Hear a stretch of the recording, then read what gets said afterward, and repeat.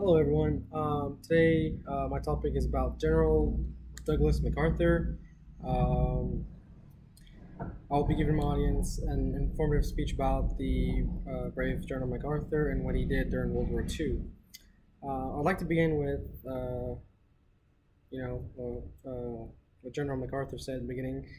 General MacArthur left no man behind. After his part in World War One, he went on to serve as superintendent of the West Point, chief of the army. He was also a marshal of the Philippines. General MacArthur is famous for saying, for a quote, "I shall return." Um, for not leaving his men in the Philippines, he was there in war. So the president actually ordered him off the island. That way, he would not have been killed because he was considered a valuable asset to the United States Army. Um, let's see.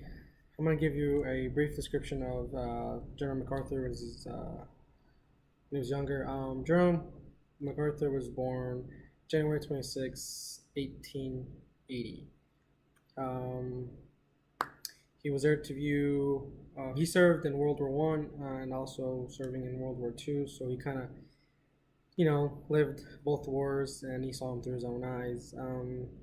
He was appointed at West Point through 1919 through 1920. At just 50 years old, General MacArthur was the youngest chief of staff of the United States Army. General MacArthur was in charge of the armed forces stationed at the Philippines. Then the Japanese attacked him, and like I said a little bit earlier, the president actually ordered him off the island because he was a valuable asset. There's flies in here. So, he left his men, and as he was leaving, he was boarding his boat. He said, "I shall return," which actually turned into a great quote for advertising purposes. The war bonds at that time. You'd buy a war bond, and once the war was over, you would cash it in, and you'd get your money back, and sometimes a little bit more. Um, uh, the U.S. Army Italians that stayed on the Philippines actually they didn't have a choice. They ran out of equipment, bullets. They ran out of to fight with.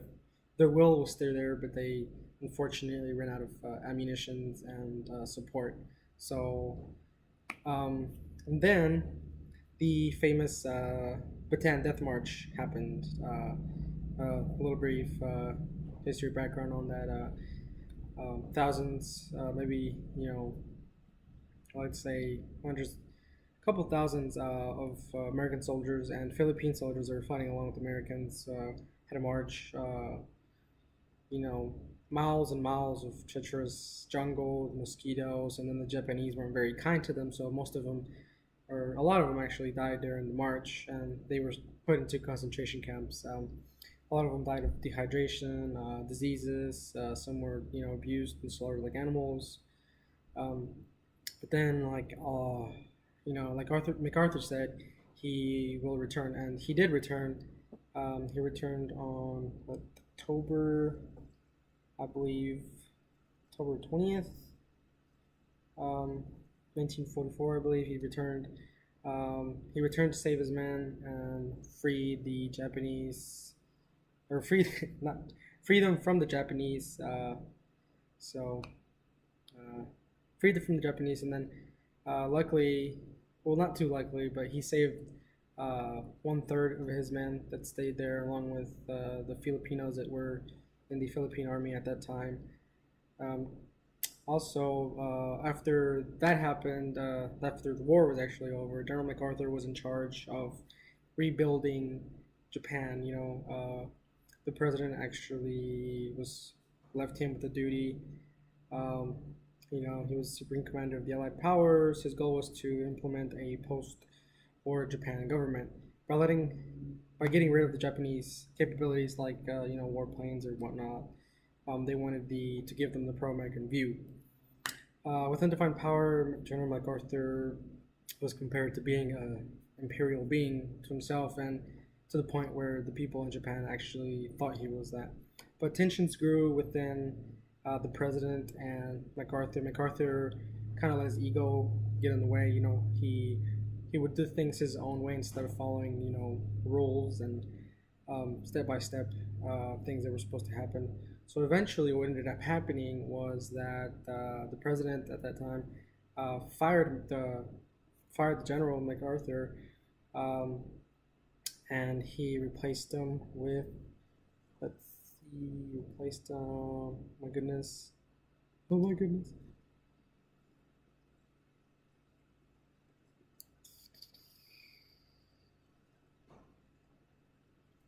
Dulles. Yes, yes, President Truman replaced him with Dulles. Taking his job. And after that, kind of General MacArthur kind of fell off the map. He still tried to do a couple of things, but they did not work out for him. So hopefully, this was an informative speech about General Douglas MacArthur. He was heroic um, view throughout the World War II. And so I hope you enjoyed it. Thank you.